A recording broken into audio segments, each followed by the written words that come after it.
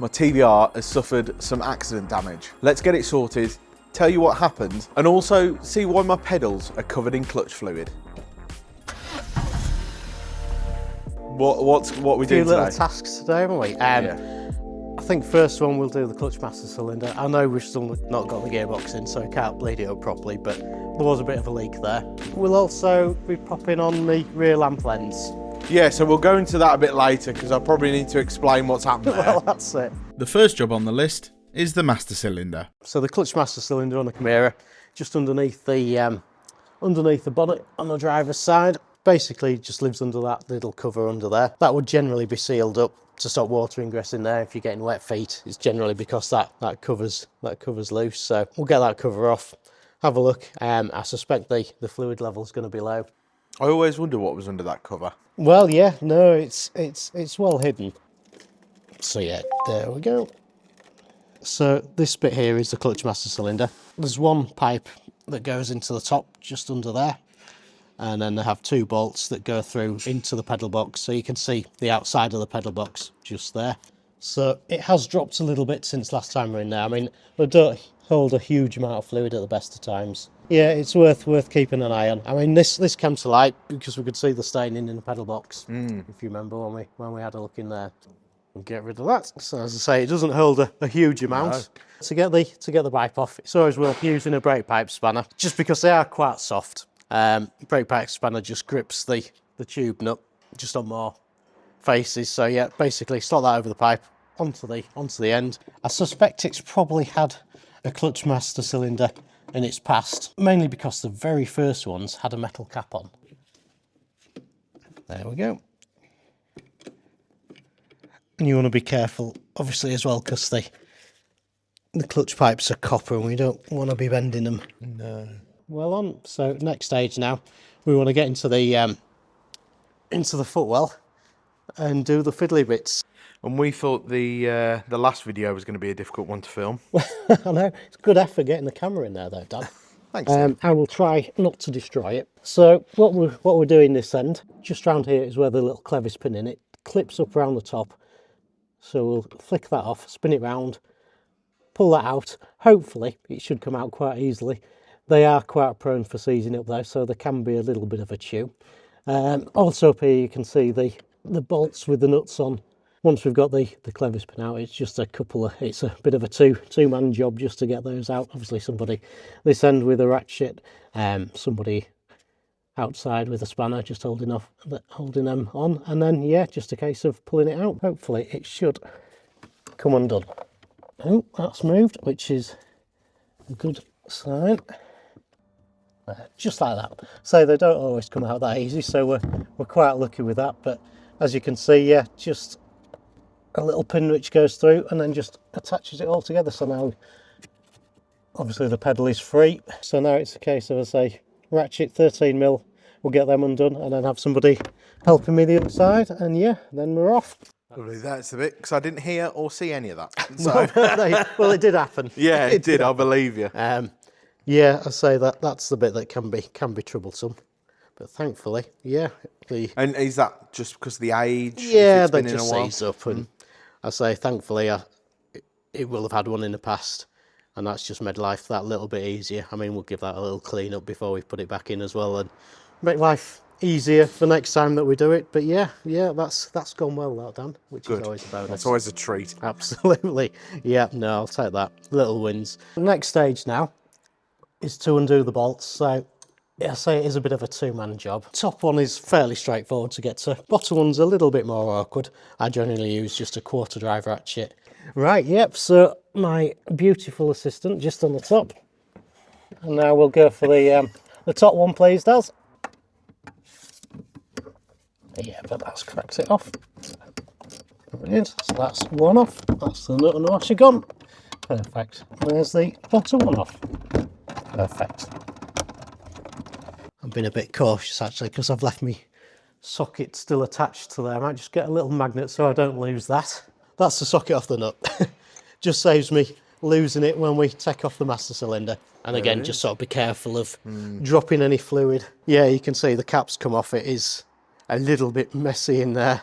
Yeah, we're certainly not changing it for no reason, Dan. we'll get the new one out, and as with all things TVR, or most things, we've got to slightly modify the new one before it goes on. The recurring theme. Exactly. So, there we go. New versus old. New versus old. So there's a couple of little bits we need to do at this stage. We've got to just swap these over, but some things to be mindful of. There is adjustment on this bar, and that obviously alter how far the pedal travels. So we want to have a good look where that is. You just take a sort of note how many threads you've got through there. Quite often we just have to chop the little bar down as well, because if it protrudes through there, that can just foul on the pedal as well. So what we'll do, we'll just take this off, just measure the length of the threaded part of the rod, see if we've got to do any chopping, and then go from there.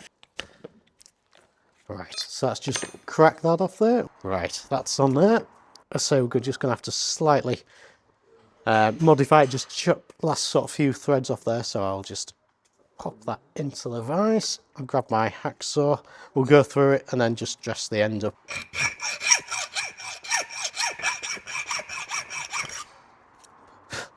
Perfect. Fab. And with keeping the nut on like this done, it just helps clean the thread up as well, just to help make it start. So it's always worth just winding it on and winding it off. That's a good little trick. So now we should be able to wind this on. Yep, went on nice. And that's with really just cleaning all the threads up and making life easier going forward. So I couldn't see what you were doing earlier. So that bit you're screwing on now, does that go onto the pedal itself? It does, yeah. The pedal arm goes in the middle of there. There's a little hole in that where the pin goes through and sort of attaches them both. And then once that's through, it sort of folds round and clips round the back, so it can't come off. And then this bit goes through the car. That's correct, yep. And then in there is where your brake, well, your clutch pipe will go. Obviously, new ones just come with caps on. It just stops any muck or grime getting in there, you know, during transport or storage. We'll just give that a little nip up. It doesn't have to be mega tight, but just enough so they don't come undone. That's in the same place, there's no thread sticking through, so back over to the car and we'll refit. Yeah, that's nicely started and run up done. I'll wait till it's all bolted up in place now, just to nip that up fully. Obviously I'm working against everything to try and nip it up, so we don't want to risk bending and kinking the pipe. We then called back Steve's beautiful assistant to help get everything tightened up. Next stage, Dan, just a little awkward bit, but what I'm going to do, I'm just going to put the wire wheel over it, should I say, just to clean it up. And then normally we would be bleeding it up, but obviously the slave's disconnected, so there's not really a lot of point in doing that. Now that's all done, let's get on to this sticky subject. So this is an interesting one. Yep, I'll let you explain what's happened here, Dan. So I'll explain how it happened afterwards. No problem. But for now, we have to fix some accident damage on the car, don't we? Yeah, there's a little bit of a chip out the back lamp lens, which, yeah, not ideal. I mean, I suppose perfectly legal, but yeah, it's not pretty, is it? We need to swap one of those out. Yeah, I mean, unfortunately, it can't be repaired. It's just a case of taking it out and popping a new one in. This lens doesn't come prepped, does it? I'll put the picture in now of... Yeah, no, unfortunately not. I mean, just a Perspex, clear Perspex cover, but yeah, I don't know if you can see on there, they are actually primed. They've got a black primer line. I suppose the purpose of that is it helps the sealant bond to the lens, and also it gives like a nice, neat line around the outside, because obviously when you seal them back in, best will in the world, when you press the sealant together, it's all going to go wavy and it's going to look a bit of a mess. So yeah, that black primed line just hides a multitude of sins. Steve then donned the Stanley knife and started cutting the lens out the car. So you want to be careful as well. Something to consider as well, often if the car's had some paint work at the back end, do run the risk of potentially peeling some paint off as well on the lacquer. So yeah, you want to be careful of that and mindful of that, but thankfully yours doesn't look to be like that, so we can get away with it. And there we go. There we go. Yep, so there's a little bit just left on there. Oh, yeah. Just like that. We'll clean all this off. We'll just paint the black, because it quite often just pulls some of the paint off, just like in there. So we'll get rid of the silicone, and yeah, we'll be good to go. I love that this would have been someone's job in the well, yeah, priming. TVR factory. I think they probably wouldn't be doing it with a paintbrush. No. Like me, though. So yeah, we'll just let that dry.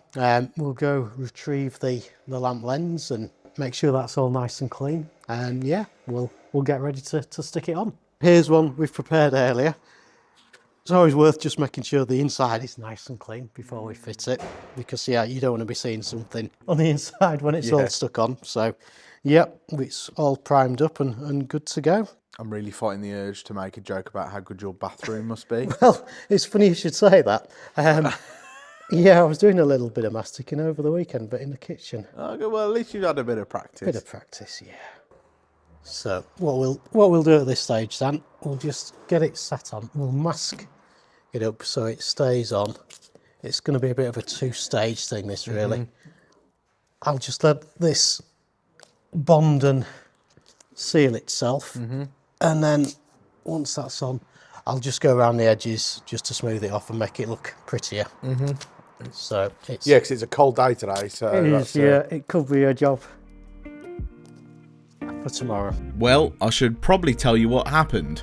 When the car broke down a few weeks ago, the lens was absolutely fine. However, after a few days in storage, when the car turned back up at Steve's, it was damaged. Luckily, because we're recording everything for the channel, I had the evidence to hand. So I sent it to the recovery company, they admitted liability and got the repair sorted.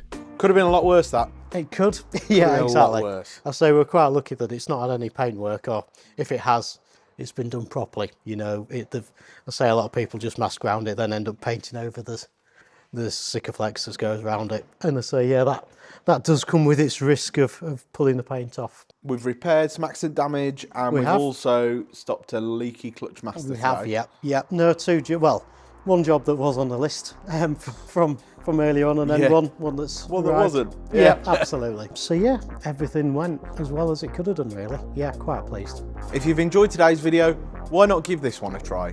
Thanks so much for watching, and I'll see you next time.